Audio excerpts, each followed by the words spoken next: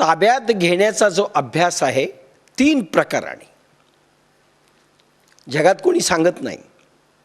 पहिला प्रकार असा की वस्तू, विषय आणि व्यक्ती यांचा संपर्क येणार, यांचा भोगही घ्यावा लागणार. जेवावं लागेल, पाणी प्यावं लागेल, व्यवसाय व्यवहार करावा लागेल, काम जीवन उपभोगावं लागेल, हे सगळं करावं लागेल. पण अध्यात्मानं याला म्हटलंय संयमित करा. आवश्यकता पूर्तीसाठी जे जे आवश्यक आहे तेवढं करा. आवश्यकता पूर्ती, कंट्रोल. आवश्यकता आहे तेवढे पैसे जरूर कमवले पाहिजेत.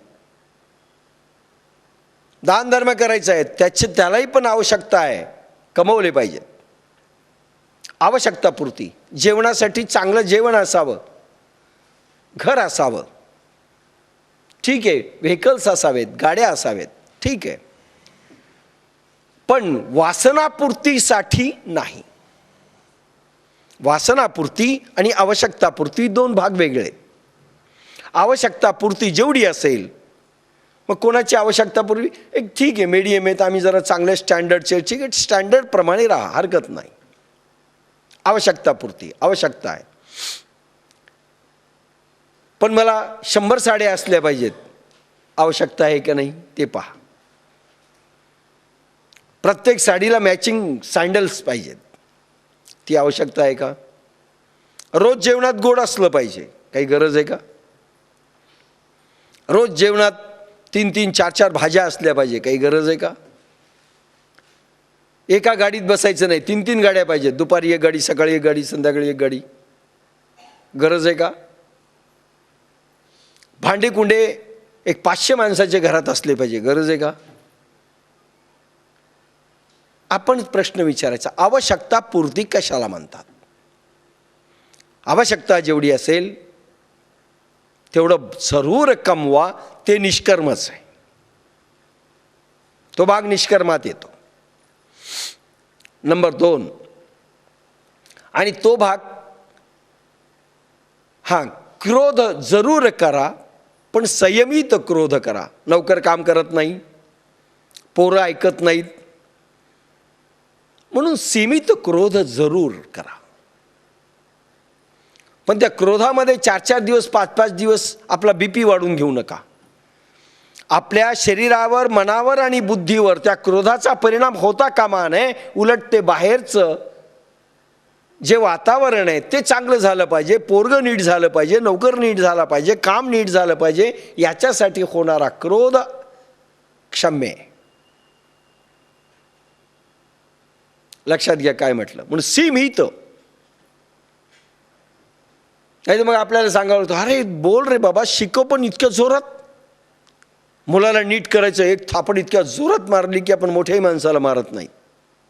ते 3 कोलांट्या उड्या खाऊन असं पडलं. इतका क्रोध नको.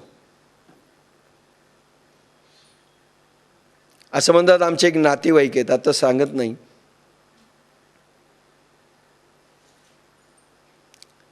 त्यांनी मुलगा अकाउंट्स, जुना काळ, 1-2 पिढीपूर्वी, टाक असायचे त्यावेळेस, टाक, बॉल पेन नसायचं, टाक असायचा, पत्ती असायची त्याला. मुलगा ऐकत नाही, तो शिकत नाही, म्हणून रागात जो टाक खोपसला तो त्याच्या डोळ्यातच, डोळाच गेला. आणि सांबादादा मानोदकरनी कीर्तनच सांगितलं होतं, डोळाच गेला म्हणे मुलाचं. इतकी काही रागीट असायची. असा राग नाही उपयोगी. सुनेला शिकवायला गेले, इतक्या जोरात शिकवायला गेले की ती माहेरच गाठलं तिनं, डायव्हर्सपर्यंत झाली. नाही चालत. नवरा बायकोचे भांडणं झाले, तुटेपर्यंत, रबर तुटलं. सीमित असावा, संयमित असावा. सीमित आणि संयम, म्हणून संयम त्याला म्हटलंय. म्हणून इंद्रियामध्ये संयम की ज्याच्यामध्ये आवश्यकतापूर्ती होईल आणि योग्य वातावरण बदलेल, मोक्षाकडे जाणारं वातावरण, घरचं वातावरण योग्य बदलेल, तेवढ्या पुरतं करा. नंबर 1.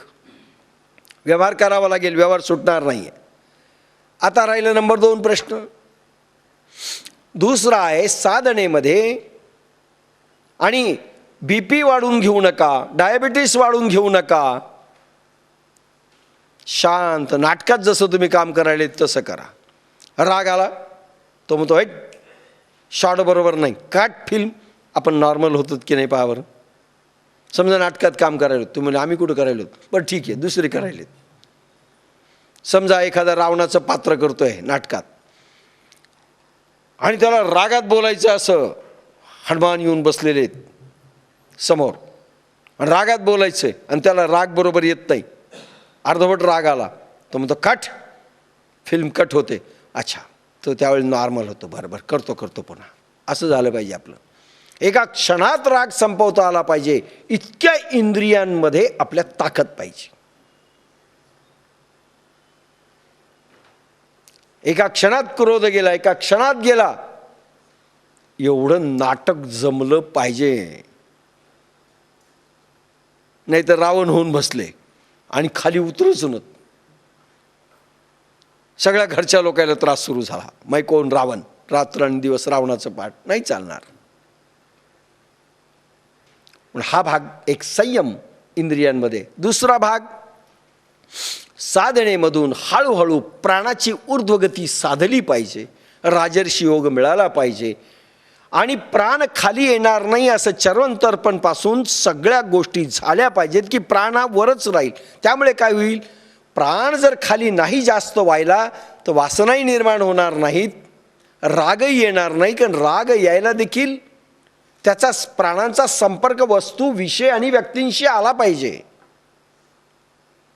प्राणच जर वर गेला, खाली कमी व्हायला तर रागच राहत नाही. रक्तामध्ये खवळ निर्माण होणार नाही, कामक्रोधाच्या लहरी उठणार नाहीत, तमभाव आणि रजभाव गेलेले असतील. ज्याला चर्वंतर्पण, स्टीमबाथ सगळ्यांच्या जोड, ध्येयशुद्धी सगळ्यांची जोड दिली ते होऊ शकेल आणि अटकाव राहणार नाही. आणि साधनेची अशी स्थिती योगाग्नीची होईल की प्राण सारखा वर जातोय. आणि हा प्राण जर सारखा वर गेला तर काम आणि क्रोध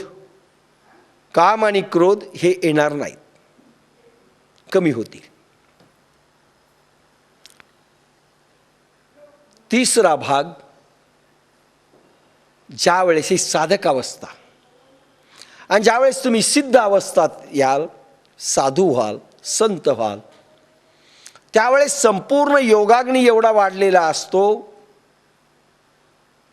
की सर्व इंद्रियांमध्ये क्लोरोफॉर्म दिल्यासारखी स्थिती असते. हे इंद्रिय वैराग्यात असतात.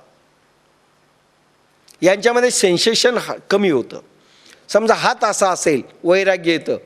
आणि उचलायचं असेल तर एक छोटा इच्छा करावी, इच्छा केली की धारणा प्रवाह वाहतो, मग अहंकार निर्माण होतो आणि मग आपण असं सेन्सेशन येतं, ज्याला अहंकार म्हणजे सेन्सेशन. आणि मग आपण हात उचलायचा, पुन्हा काम झालं, पुन्हा वैराग्य येतं.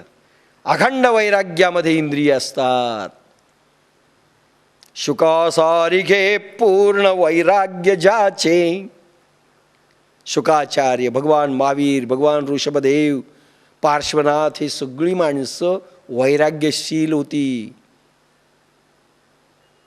शुकाचार्यांचं वैराग्य काय होतं, पूर्ण इंद्रिय. जनक राजा महाराज असून देखील वैराग्यात असायचे. अर्धांग नेहमी समाधीत असायचं. समाधीत अंग म्हणजे पूर्ण योगाग्नीमध्ये, पॅरालिसिस सारखी बॉडी. आणि केव्हा इच्छा केली, चालायला लागले, चालले. म्हणजे त्या कासवासारखं केव्हा इंद्रिय बाहेर काढायची, केव्हा आत घेऊन टाकायची, आपोआप झालं पाहिजे. ही सिद्ध अवस्था. 3 प्रकाराने इंद्रियावर कंट्रोल येतं. साधक अवस्थेत 2 प्रकाराने आणि सिद्ध अवस्थेत ॲटोमॅटिक होतं. त्यावेळेस तुम्हाला काही करायची गरज नाही, परवानगी मागायची गरज नाही, आज्ञा द्यायची इंद्रियांना.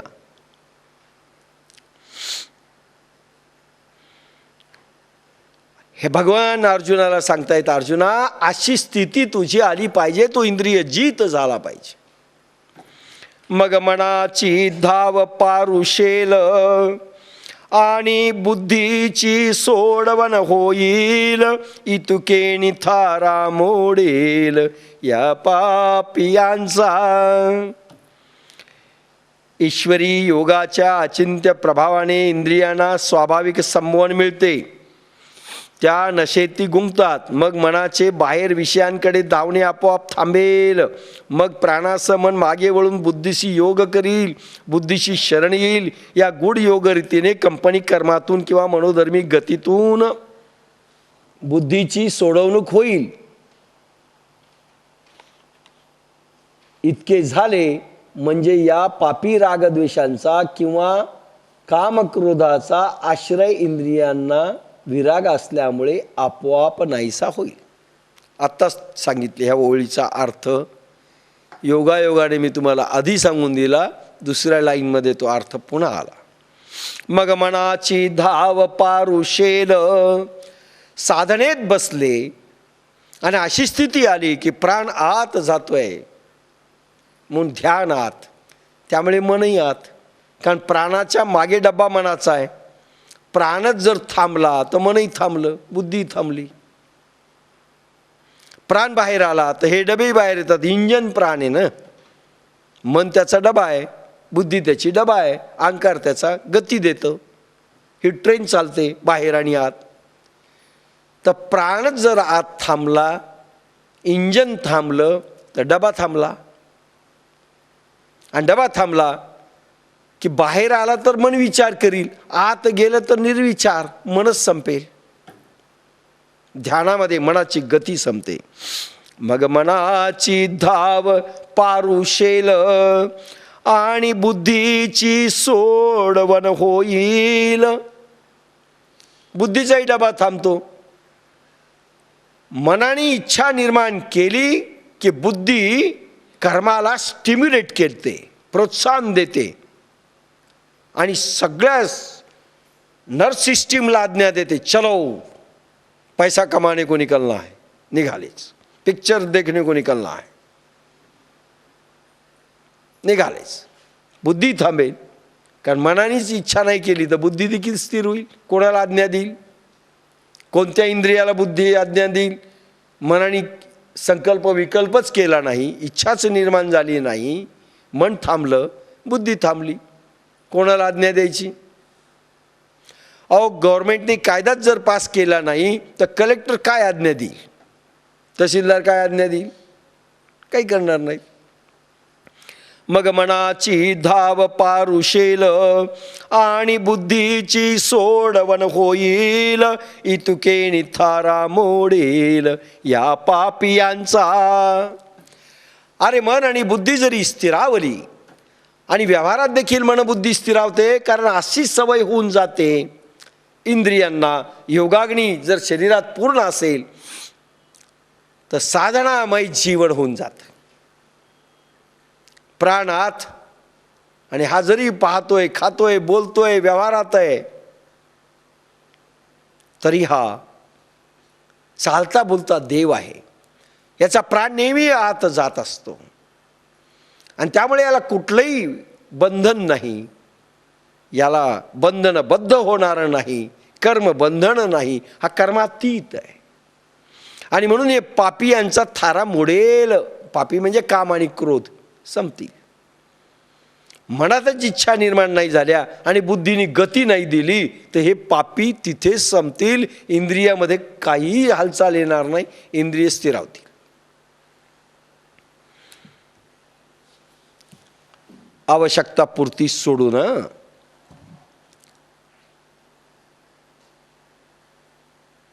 शेवटची ओवी, 3रा अध्याय. एवं बुद्धे परम बुद्ध्वा संस्तभ्यात्मनात्मना जहि शत्रुं महाबाहो कामरूपं दुरासदम.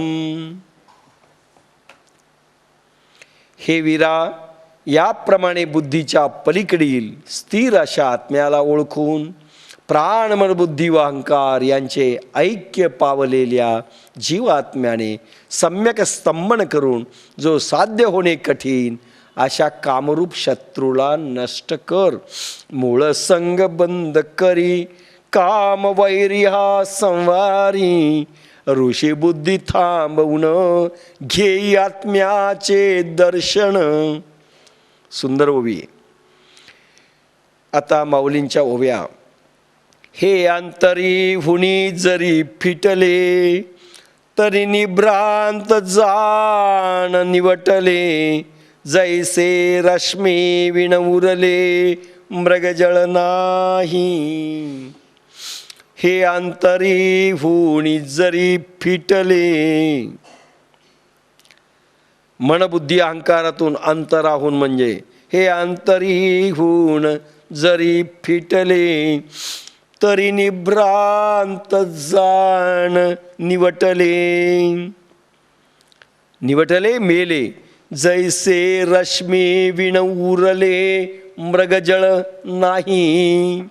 ह्या राग द्वेषात्मक दोन्ही पापी कुळांची अंतःकरणातून म्हणजे प्राणास मनबुद्धी चिंता अहंकार यातून वस्ती मोडली म्हणजे ते निसंशय नाहीसे झाले असे समज. ज्याप्रमाणे सूर्यकिरणा वाचून मृगजळ राहत नाही. अर्जुना, मन एकदा थांबलं म्हणजे प्राण थांबला पाहिजे, म्हणजे मन थांबेल. आणि मन थांबले की बुद्धीचं विचारचक्र देखील थांबेल. बुद्धी प्राण मन स्थिरावलं. आत जास्त जायला लागला प्राण, स्थिर झाला, बुद्धी स्थिर झाली, मन स्थिर झाली की अर्जुना हे मेले म्हणून समज. काम क्रोध लोभ मद मोह मत्सर मेले, यांचा मृत्यू झाला म्हणून समज. हे संपून जातील, हे निसंशय नाहीसे होईल. मृगजळामध्ये सूर्यकिरण पडल्यानंतर मृगजळच ज्यावेळेस नाही राहिलं तर सूर्यकिरणाचे प्रतिबिंब मृगजळ निर्माणच होणार नाहीत, निर्माण होणार नाहीत. कामक्रोधांच्या लहरी निर्माण होणार नाहीत, काही निर्माण होणार नाहीत.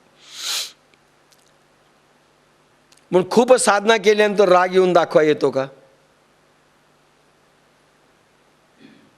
नाही, कारण मन बरंचसं स्थिरावलेलं असतं, येणार नाही. आणि नेहमी साधनेत जर असाल तर नाही. आणि सिद्ध अवस्थेत झाल्यावर तर रागच येत नाही. आला तरी एखाद्याचं भलं होत असेल, कल्याण होत असेल, बिघडत नसेल, त्यावेळेस वरून वरून राग यावा नाटकातल्या पात्रासारखं. नाही तर आपल्या संसारही लोक उद्ध्वस्त करतील हे सांगतो. खटासी व्हावे खट नटखटासी नटखट. पूर्ण साधू झालात हरकत नाहीत, पण संसारात राहायचंय तर हे हत्यारं वापरावे लागतात. पण संयमित तुमच्या भावजीवनावरते, तुमच्या मोक्ष वाटेवरते, तुमच्या प्रवृत्तीवरते आणि तुमच्या आध्यात्मिक साधनेवर कुठलाही परिणाम होऊ नये तितका संयमित करा.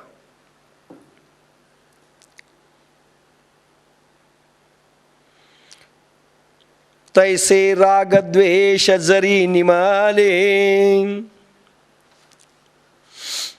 तरी ब्रह्मीचे स्वराज्य आले. मग तो भोगी सुख अपुले आपणची.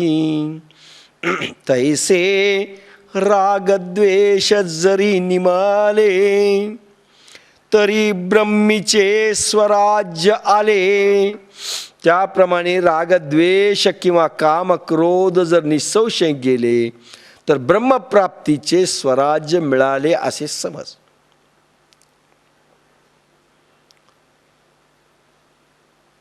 आत्मा आपल्या जवळ आहे, बुद्धी आपल्या जवळ आहे, मन आपल्या जवळ आहे, प्राण आपल्या जवळ आहे, इंद्रिय आपल्या जवळ आहे. मग दूर काय?